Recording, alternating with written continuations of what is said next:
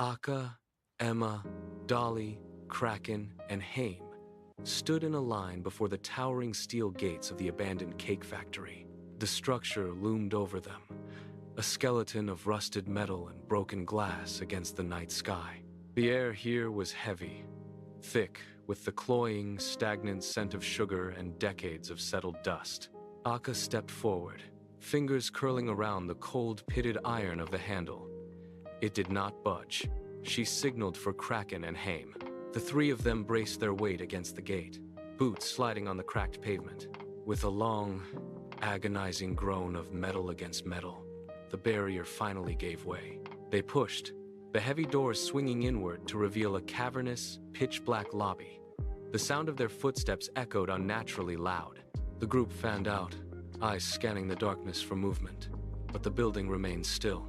They were inside, and the factory was waiting. The lobby branched into a dozen dark corridors.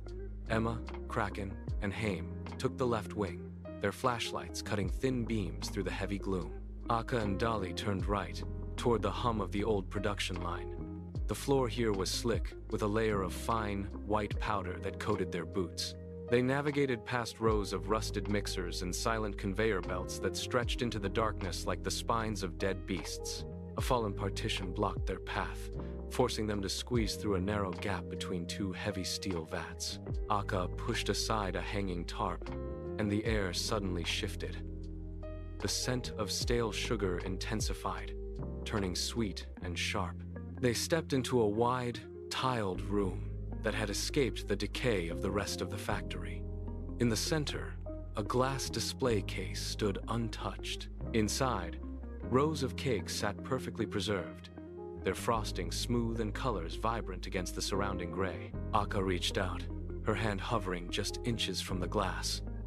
The silence of the factory seemed to hold its breath. They had found the heart of the building. Akka pulled the glass door open. The hinges groaned, a sharp sound that died instantly in the vast room.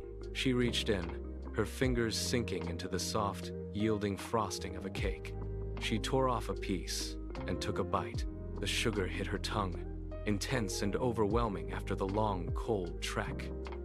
Dolly did not wait for an invitation. She grabbed a second cake, the base crumbling under her grip, and sat down hard on the cold tile floor. They ate in silence.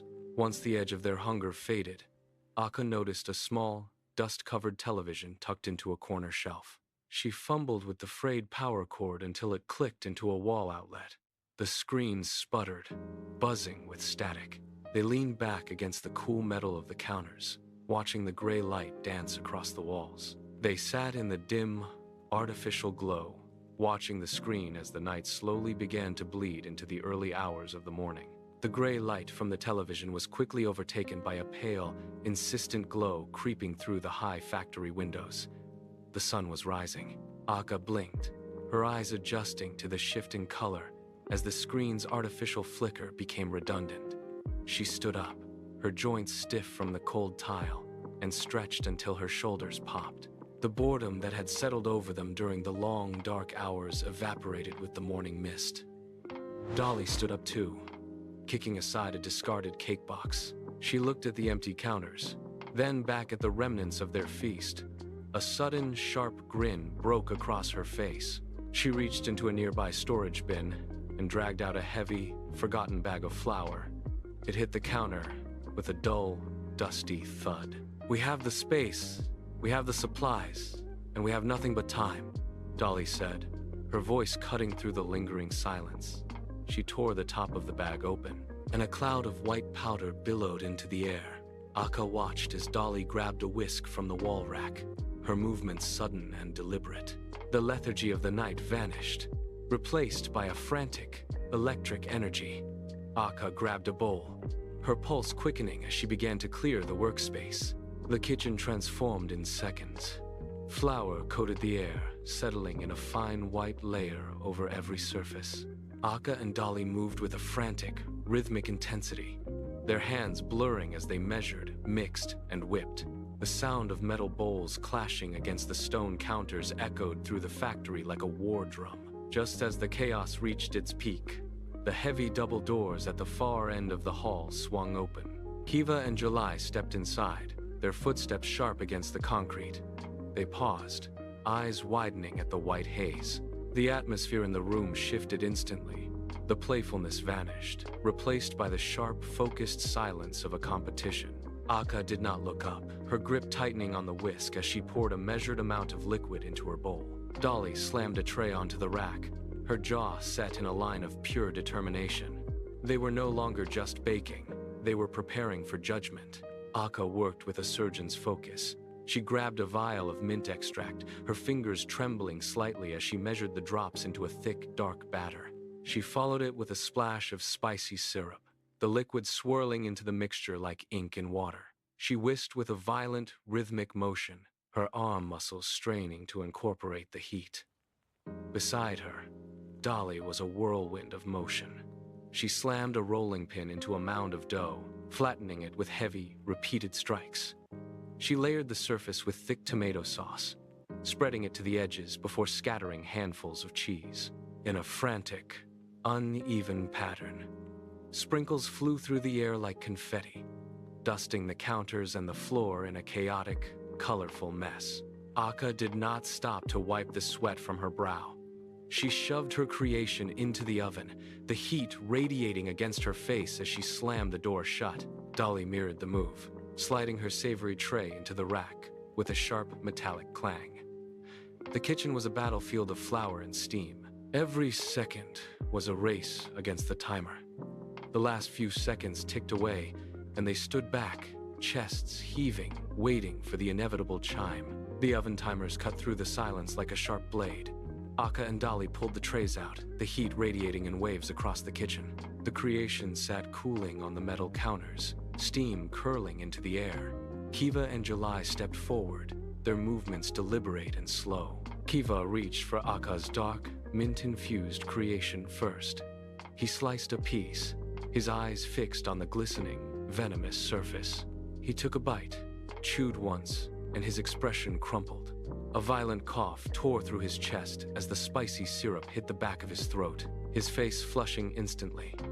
He reached for a glass of water, his hand shaking as he set the fork down.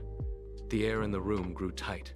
July moved to Dolly's creation, the savory scent of tomato and melted cheese rising from the dough. She took a cautious bite, her brow furrowing in concentration. She paused, then chewed slowly, her eyes widening in genuine shock. She looked at Dolly, then back at the tray, nodding in disbelief at the authentic, layered flavor. The contrast between the two reactions hung in the air, heavy and undeniable. The judges had spoken, and the kitchen fell into a sudden, heavy stillness. The grandfather clock in the hallway chimed 6 times, the sound echoing through the empty factory. The spell of the kitchen broke instantly. The frantic energy that had fueled the night drained away, replaced by the heavy, dull ache of fatigue in their limbs. Akka moved first, grabbing empty cardboard boxes from a stack in the corner. They worked in silence, sliding the remaining slices into the containers. No one spoke. The thrill of the contest had settled into a quiet, shared understanding. They stacked the boxes and headed toward the heavy steel doors. Pushing them open required a collective effort, the metal groaning against the morning air. They stepped out into the city streets. The sky was a pale, washed-out blue, and the streetlights were flickering off one by one. The city was still asleep, the silence absolute. The cold morning air bit at their skin, sharpening their senses. Each of them carried a box, the weight a reminder of the hours they had spent. The exhaustion was a physical presence now, pulling at their shoulders, but the steady pace kept them moving forward toward home. The front door of Akka's house creaked open, and the group spilled into the hallway. The air inside was still and warm, a sharp contrast to the biting chill of the morning. They dropped the boxes of cake on the kitchen table with a collective thud. Akka moved straight to the stove, striking a match to ignite the burner. The blue flame hissed to life, casting a steady light against the walls. He cracked eggs into a pan, the sharp sizzle filling the room and cutting through the lingering silence of the trek. Dolly, Emma, Kraken, and Haim pulled chairs from the corners, the wood scraping against the floor as they settled in. Kiva and July joined them, their movements slow and heavy with the weight of the night. Akka slid the eggs onto plates, adding the remaining slices of cake beside them. The steam rose in thin ribbons, carrying the scent of breakfast through the kitchen. They began to eat, the clatter of forks against ceramic the only sound in the room. There was no need for talk. The exhaustion had settled deep into their bones, but the warmth of the meal and the presence of the others anchored them. They passed the plates, sharing the last of the mint venom cake and the savory pizza slices. As the first rays of true sunlight hit the window pane, the tension of the competition and the mystery of the factory faded into memory. They leaned back in their chairs, eyes heavy, the shared meal marking the end of their long, strange journey.